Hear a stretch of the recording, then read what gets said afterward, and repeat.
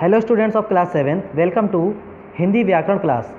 Students, आज की class में हम हिंदी व्याकरण का चैप्टर 3 रीड करेंगे, जिसका नाम है शब्द विचार यानी मार्फोलॉजी। इसमें हम रीड करेंगे शब्दों की पहचान, शब्दों की उत्पत्ति और शब्द कितने तरह के होते हैं। शब्द भाषा के प्राण हैं, इसके बिना भाषा का कोई अस्तित्व नहीं। भाषा में भावों की अभिव्यक्ति के लिए शब्दों की आवश्यकता पड़ती है। शब्द वर्णों के सार्थक मेल से बनते हैं। जिन वर्णों के समूह का कोई अर्थ नहीं होता है वे शब्द नहीं कहलाते। यानी कि वर्णों के समूह का एक अर्थ होना चाहिए। अगर वर्णों के समूह का कोई अर्थ नहीं है तो उनको हम शब्द नहीं कह सकते हैं। ऐसा नहीं कि कोई भी वर्ण हमने उल्टा सीधा मिला के रख दिया उनको हम शब्द कह दें। जैसे उदाहरण दिए गए इसमें गुलाब, मोरनी, किताब। तो शब्दों को जो वर्णों को बड़े ही व्यवस्थित तरीके से लिखा गया है, तब जाकर इनका कोई अर्थ निकल के आया। अगर हम आपसे कहें बादल, तो आपके दिमाग में बादल की एक छवि बनेगी, ठीक है। और अगर हम बादल की जगह पे लदवा कह दें तो लदवा का कोई अर्थ ही नहीं है। तो आप सोचेंगे ये लदवा क्या होता है, ठीक है। यही होता है। वर्णों के सही क्रम के कारण तीनों शब्द सार्थक हैं। यदि इन वर्णों का क्रम इस प्रकार होता है, जैसे बलागु, लाबगु, रमोनी, नीमोर, ताबकी, बताकी, अगर इस तरह की बातें अगर कोई सामने करे तो आप समझ नहीं पाएंगे ये व्यक्ति किस भाषा में बात कर रहा है, क्योंकि वर्णों का क्रम सही नहीं है, इसलिए कोई अर्थ नहीं निकल रहा है। समझ में आया बच्चों? इन शब्दों में उपर्युक्त वर्णों का प्रयोग हुआ है, परंतु क्रम सही ना होने के कारण इनका कोई अर्थ नहीं निकलता, ना ही इन्हें शब्द कहा जा सकता है। तो शब्द किसे कहेंगे? दो या दो से अधिक वर्णों के सार्थक समूह को शब्द कहते हैं। इस लाइन को आप अच्छे से याद कर लीजिए, ठीक है। शब्द किसे कहते हैं? दो या दो से अधिक वर्णों के सार्थक समूह को शब्द कहते हैं। शब्दों के भेद। व्याकरण की दृष्टि से शब्द को 4 भागों में बांटा जाता है। कितने भागों में बांटा जाता है? 4 भागों में। कौन कौन से? उत्पत्ति या स्रोत के आधार पर, रचना के आधार पर, अर्थ के आधार पर और प्रयोग के आधार पर। तो ये 4 भेद हैं इसके। उत्पत्ति या स्रोत के आधार पर सबसे पहले हम रीड करते हैं। तो उत्पत्ति या स्रोत के आधार पर कितने होते हैं? 5 प्रकार के। ये पहला वाला जो है ये, इसके कितने हैं? 5 प्रकार हैं। तो नेक्स्ट पेज पर हम इसको रीड करेंगे। पहला है तत्सम शब्द, तत्सम। दूसरा है तद्भव, देशज, विदेशी और संकर। तत्सम शब्द पढ़िए। तत्सम क्या होता है? वे शब्द जो संस्कृत भाषा से हिंदी में आए हैं तथा ज्यों के त्यों प्रयोग में लाए जाते हैं उन्हें तत्सम शब्द कहते हैं। उदाहरण: रात्रि, अग्नि, पर्वत, सूर्य, स्वर्ण। ये शब्द जो है बच्चों, ये संस्कृत के शब्द हैं और हिंदी में हम इनको ज्यों का त्यों प्रयोग करते हैं। ठीक इसी का विपरीत होता है तद्भव शब्द। तद्भव शब्द भी होते हैं जो संस्कृत के शब्दों से थोड़ा सा चेंज करके, थोड़ा सा परिवर्तित करके लिखे जाते हैं, जो मूल रूप से संस्कृत के शब्दों का परिवर्तित रूप है। जैसे कि रात, रात्रि शब्द है शुद्ध संस्कृत में, लेकिन रात्रि को थोड़ा सा चेंज करके लिखा जाता है हिंदी में रात। अग्नि को आग लिखा जाता है, पर्वत को पहाड़ और सूर्य को सूरज और स्वर्ण को सोना। समझ में आया? यहाँ तक अच्छे से समझ में आया होगा। तो ये एग्जाम्पल आप देख लीजिए, कुछ तत्सम और तद्भव शब्द दिए गए हैं आपकी रीडिंग के लिए, जो बहुत ही ज़रूरी हैं। स्टूडेंट्स, ये मोस्ट इम्पॉर्टेंट है, आप इसको रीड कीजिएगा घर पे, ठीक है। ये सारे वर्ड आपको रीड करने हैं। जैसे अग्र, आगे, आप इससे खुद भी समझ जाएंगे। कुछ ऐसे शब्द हैं जो आप डेली यूज में प्रयोग करते हैं, आपको ये भी पता चलेगा कि कौन से शब्द हम अशुद्ध रूप से बोलते हैं और वास्तव में इनको संस्कृत में क्या कहा जाता है। जैसे हम लोग कहते हैं बहन, और बहन शब्द हम लोग बचपन से बोलते आ रहे हैं, लेकिन कभी बहन को भगिनी नहीं कहा होगा, क्योंकि हम संस्कृत नहीं बोलते। अगर हम संस्कृत बोलते होते तो माथे को मस्तक कहते और बहन को भगिनी कहते, सपना को स्वप्न कहते, पंछी को पक्षी कहते, नींद को निद्रा कहते, आँख को अक्षी कहते। तो ये सारे शब्द जो हैं आप शुरू से देख लीजिए। कबूतर को संस्कृत में कहते हैं कपोत, ऊँट को ऊष्ट कहते हैं, आम को आम्र कहते हैं। मैं बीच बीच में से बोल रहा हूँ, आप सारे रीड कीजिएगा। इसके बाद तीसरा है आपका देशज। देशज मतलब जो देश का है, जो देश में पैदा हुआ, देश में उत्पन्न, और देश में कहीं भी। देशज का शाब्दिक अर्थ है देश में उत्पन्न। जो शब्द आम बोलचाल की बोलियों से विकसित होकर हिंदी में प्रयोग होने लगे हैं।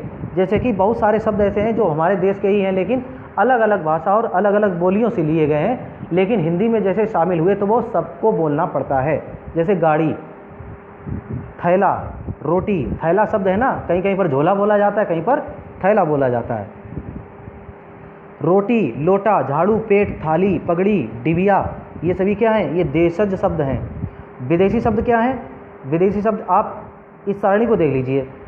हमारे देश में कई वर्षों तक विदेशियों का शासन रहा है, जिसके परिणाम स्वरूप विदेशी भाषा के अनेक शब्द धीरे धीरे हिंदी भाषा में शामिल हो गए। तो बच्चों, ये इतने सारे जो विदेशी शब्द हमारे देश में इसी तरह से आए हैं।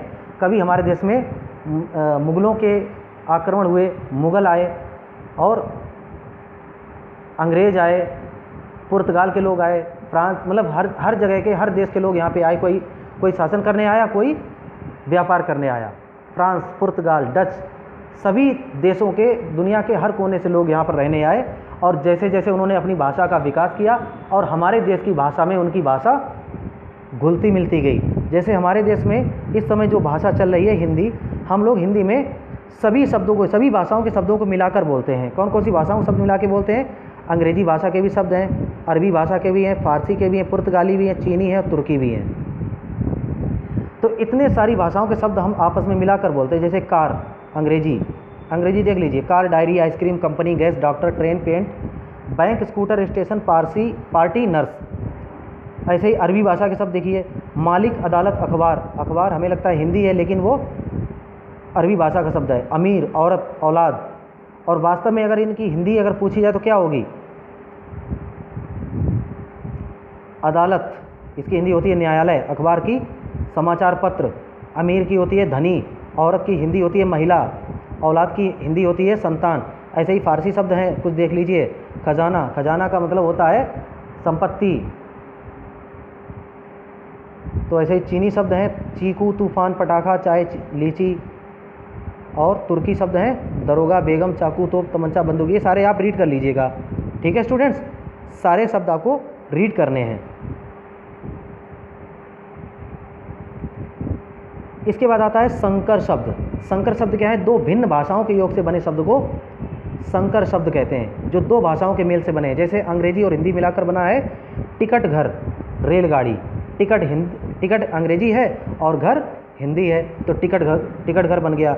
रेलगाड़ी, रेल अंग्रेजी भाषा का शब्द है और गाड़ी हिंदी है, दोनों को मिलाकर बन गया रेलगाड़ी। तो कैसा शब्द बना? संकर शब्द। ऐसे हिंदी और फारसी से मिलकर बना है छायादार, घड़ीसाज, हवादार। हिंदी और संस्कृत मिलाकर बना है मांग पत्र। संस्कृत और हिंदी से मिलाकर बना है वर्षगांठ। हिंदी और अंग्रेजी से मिलाकर बना है सिलाई मशीन, लाठी चार्ज। अंग्रेजी और फारसी से मिलाकर बना है सीलबंद, जेल खाना। समझ में आया? इसके बाद आता है रचना के आधार पर। तो ये तो हमने पढ़े थे किसके आधार पर? उत्पत्ति या स्रोत के आधार पर वर्गीकरण। अब पढ़ेंगे रचना के आधार पर वर्गीकरण। रचना के आधार पर शब्द तीन प्रकार के होते हैं। कौन कौन से? रूढ़ शब्द, यौगिक शब्द और योग रूढ़ शब्द। सबसे पहले पढ़ेंगे हम रूढ़ शब्द।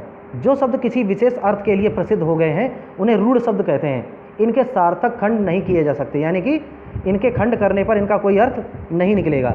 जैसे चित्र के आप खंड नहीं कर सकते। चित्र एक स्वयं में एक अपना अर्थ लिए हुए है। चित्र, मेज, सूर्य, घोड़ा, हाथी, वृक्ष, घर, आदमी। तो इन शब्दों के आप खंड करना चाहें तो इनका अर्थ निरर्थक हो जाएगा। यौगिक शब्द क्या होते हैं? ये तो रूढ़ हो गया। जो शब्द दो या दो से अधिक शब्दों के योग से बने होते हैं उन्हें यौगिक शब्द कहते हैं। इनके टुकड़े करने पर अर्थ भी निकलता है। जैसे विद्यालय एक शब्द है, लेकिन ये दो शब्दों से मिलकर बना है। विद्या प्लस आलय, यानी कि विद्या का घर। ऐसे ही हिमालय, हिम धन आलय, यानी कि बर्फ का घर। गाड़ी वाला, यानी गाड़ी चलाने वाला। अनुशासन, ये दो शब्दों से मिलकर बने हुए शब्द हैं। तो ये रूढ़ हो गया, यौगिक हो गया, दो हो गए आपके। तीसरा बनता है आपका योग रूढ़। योग रूढ़ शब्द ये वो शब्द होता है जिसका जो अर्थ जो होता है वो एक विशेष अर्थ निकलता है। जैसे दो या दो से अधिक शब्दों के योग से बनते हैं। जो शब्द दो या दो से अधिक शब्दों के योग से बनते हैं और किसी विशेष अर्थ के लिए प्रसिद्ध हो जाते हैं, उन्हें योग रूढ़ शब्द कहते हैं। जैसे दशानन का मतलब होता है 10 सिर वाला। अगर केवल इसका अर्थ इतना ही होता 10 सिर वाला तो इसको हम यौगिक शब्द कहेंगे। लेकिन इसका तीसरा एक और अर्थ निकलता है रावण, जिसका तीसरा एक अन्य अर्थ निकलता है वो योग रूढ़ है। तो दशानन किसको कहते हैं? रावण को। नीलकंठ किसको कहते हैं? शिव जी को, क्योंकि उनका कंठ नीला है। लंबोदर गणेश जी को कहते हैं, जिनका पेट लंबा है। और नंदलाल, नंद के लाल यानी श्री कृष्ण को कहते हैं। तो ऐसे जो शब्द हैं वो योग रूढ़ कहलाते हैं। तो बच्चों, उम्मीद है आपको ये सारे शब्द और वर्गीकरण अच्छे से समझ में आए होंगे।